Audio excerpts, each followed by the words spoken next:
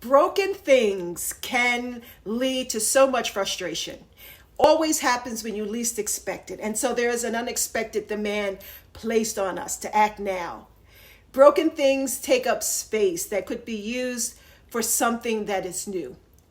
Living with broken things can make us feel inadequate, especially if we aren't financially able to fix or to replace what is broken. And, subconsciously, we know that when things are broken, they will get worse unless they are addressed. And this can become a weight on our mental well-being. You see, it's one thing to have a broken chair, for example, but it's entirely different when we're surrounded by other broken things, which can lead to depression and hopelessness. Broken things can make us alter our life, how we live, how we move from place to place, how we are able to do what we do or accomplish what we need to. When it comes to brokenheartedness, we can become comfortable with that state of being. And over time, allowing ourselves to accept this way of life, this way of brokenness. The problem with this is that accepting brokenness can give us a negative outlook on our lives and can make us feel as though we have no control, we're powerless, and that we don't have a future. Most of us will reject broken things because they can't be used in the way they were originally designed. And so we throw them away. I have at times wondered if I could somehow find a way to use what was broken a little bit longer instead of just going out to replace it. Can we use some part of what's broken, or will using it only make it worse? How do we determine what to keep and fix or when to buy something new? Which is cheaper or more expensive? Will it cost more to buy than to repair? Even though broken things are often considered worthless, God happens to like to work with things and with people who are broken, who are shattered and crushed by life experiences. God is an oxymoronic God. He takes contradictory concepts and meanings and uses them to achieve his purpose. We throw broken things away, but God is rarely uses anything unless it's broken. He takes broken clouds to create rain that waters the earth. And he can take broken grain to give bread to strengthen those who are weak. There is a certain type of brokenness that God is attracted to. A broken people who don't mind being the trophies of his grace. He likes those kinds of people. He likes those who are willing to be used as an instrument. Broken people who depend on him for their strength and for direction, who attribute him as the source of every blessing. Who would have thought that God could use a broken heart to mend other hearts that are broken, or draw the castaway, or uplift those who've been forgotten? There is one thing we all have in common. At some point, we've all suffered a loss or grief or a sickness, some adversity or hardship that's led to brokenness. But we didn't have to stay there. We don't have to remain this way. God desires to save and heal us. The word of the Lord teaches us in Psalm 147:3 that God can heal the broken in heart and that he can bind up their wounds. Psalms 34:18 tells us that the Lord is close to the brokenhearted and saves those who are crushed in spirit. He uses brokenness to do great things. What a great and wise God we serve, that he could take broken people and empower them through their brokenness. If that weren't enough, he can transform the broken into unbroken and give us courage, make us wiser, fill us with faith and gives us a testimony that declares, I know God is able. I once was blind, but now I see. I was lost, but I have been found, y'all. I've been changed and fixed and healed and made new. The power of God does that.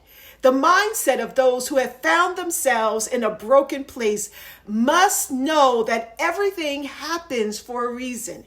Whether you initiated the adversity or the hardship, or someone else was responsible, it all works together for our good. There is a reason for it. You can trust that and learn from it. You can discover the truth about yourself in your brokenness, grow and accomplish great things once you are healed from that brokenness. You know, there are people who run from the possibility of pain, who avoid the potential for change and to be able to overcome obstacles because they don't understand the significance of the lessons that can be learned. Consequently, they remain infantile, like a child who never learned to walk for fear of falling. There is so much to be learned from pain, from our brokenness. So it's a mistake because being broken is our greatest instructor.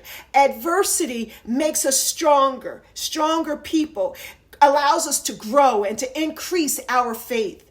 Listen, bad things are unavoidable. You can be on top of the world, minding your own business, doing your own thing, and trouble will come to knock on your door to make you move away from your purpose. So no matter where you came from or where you started, the possibility of brokenness exists. If you've been broken and it didn't destroy you once, you can handle it again. You were built to be resilient. The lesson is you can handle it and you won't make the same mistake because you've learned from it.